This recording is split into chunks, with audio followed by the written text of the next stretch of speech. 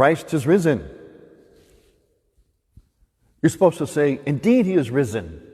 Christ is risen. Very good. That's the greeting, our greeting now, for Christ truly has risen. Do you know what the apostles were doing after the death and even the resurrection of Jesus? They were sheltering at home. Yeah, they were afraid. They had anxiety. They were afraid for their lives. But eventually they got the news. And they had to incorporate that news first into their heart, into the mind. They had to believe it. And then they went out at great risk to their lives. They went out to spread that news, the truth that Christ is indeed risen. They went to every corner of the world.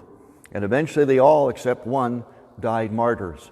But they died believing and living the reality that Christ is indeed risen, that he is the last word on everything, even what is bad and fearful and anxious.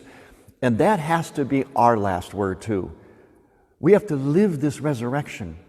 I believe that's why Christ allowed this whole thing to happen precisely now. So during the worst part of this pandemic, the worst moment so far, we would be able to still proclaim Christ is risen and to live that. So for all of us here, yeah, like me, come on, man, Christ is risen. Christ is risen.